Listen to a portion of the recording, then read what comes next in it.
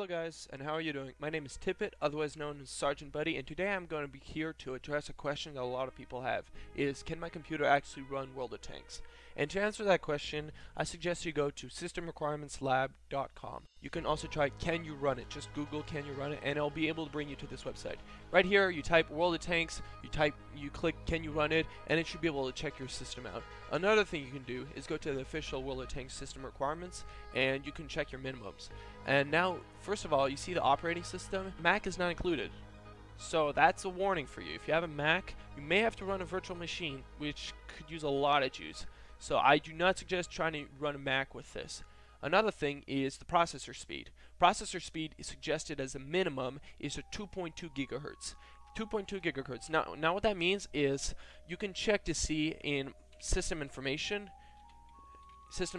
right here in Windows 7 at least, and you drag over here, and right here under the processor you can see how many megahertz, and that's not 3200, that's 3.2 gigahertz. And either way, you can see how many gigahertz you have, and also you can see what type processor. I have a X4, so that means I have a quad core system, and with the quad core system what you do is you take each core and you multiply it by how many megahertz and you add them.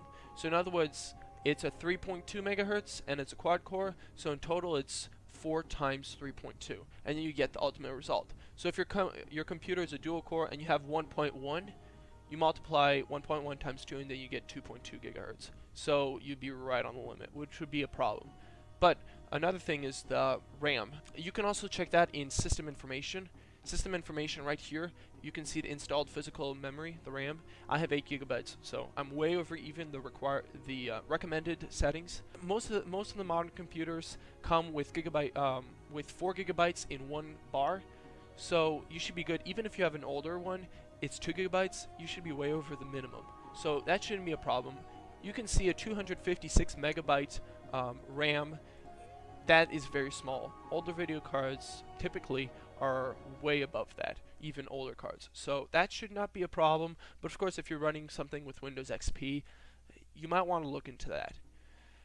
The hard drive space is also an issue if you have an older computer, because older computers used to have a lot of issues with just hard drive, especially as technology evolved so quickly. So I would look into that. Just type computer, click here, and you see how much hard drive local disk has, and you can tell how much space is left, gigabytes free.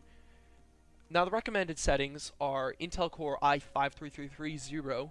If you can get a quad core, that'd be really nice, at least a quad core, and the RAM is only 4 gigabytes. That's typically about 1 bar of RAM, so it's not very hard to reach, and that's recommended.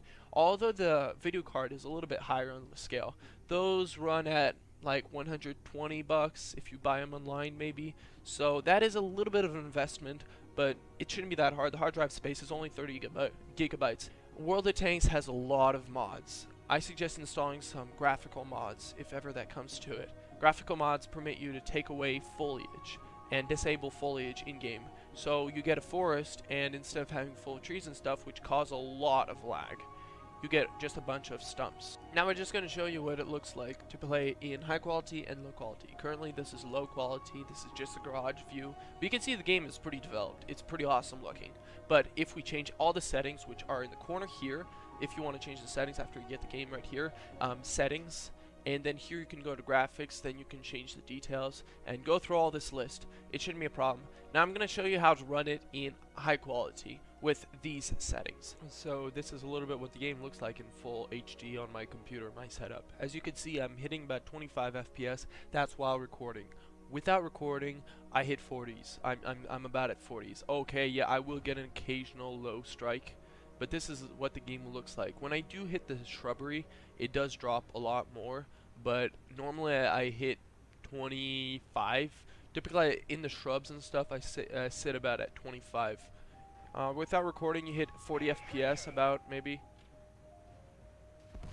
Sick. But you can see how beautiful the game looks in full HD. Now I'm going to show you what it looks like with this system in lowest quality. Alright, so these are the types of FPS you should be getting if you are running, let me see.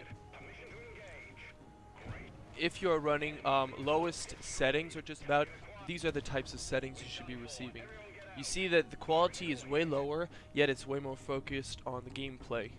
And I'm hitting 60 FPS with my system while recording. Normally that goes up to maybe 70.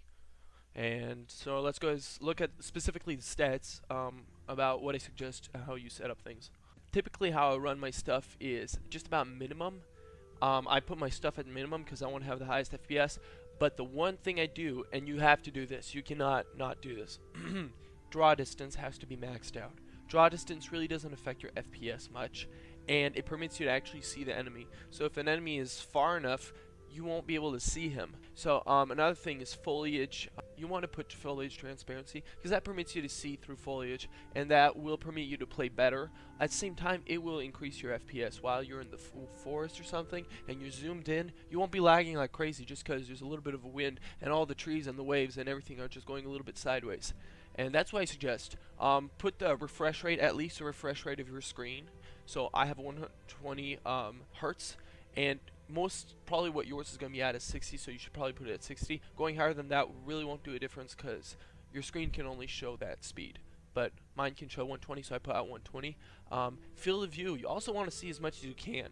If you like being very specific, okay, but you get tunnel vision very easily, so at least put this up.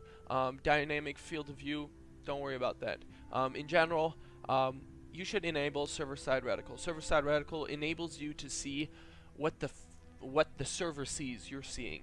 So in other words, it gives you a feedback on, are you lagging at all? And if so, where did the server think you're looking at right now at this point? So although the reticle will be slower and won't be anywhere near as instantaneous as you would like it to be, it will show you where the server is looking. And that really helps you to know how much lag you're having, especially if you have a slow connection I'm talking about. Then you also want to show this camera direction beam on the minimap. That is terribly helpful just because it will not affect your FPS much, if at all, probably won't, and it will permit you to see where you're looking. Especially if you're a new player, you want to have that because it will help you to understand what's going on, especially if you're in SPG mode or something, which is a artillery, and display arc of fire. That will help your gameplay because you'll be able to see where the shells are coming from. So you want to have this because not having it, although it may maybe increase your FPS, I doubt it, but it will definitely hurt your performance.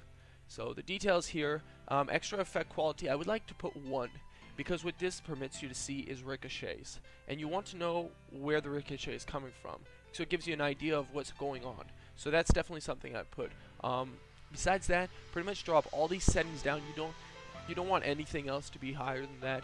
And that should be just about it for the guys. Thank you for watching this video. If this was any help, please like and comment if you ever have any questions or concerns. Guys, hope this was good. Check out my other videos. I got a lot of replays of World of Tanks. And remember to be awesome, guys. Have a good one.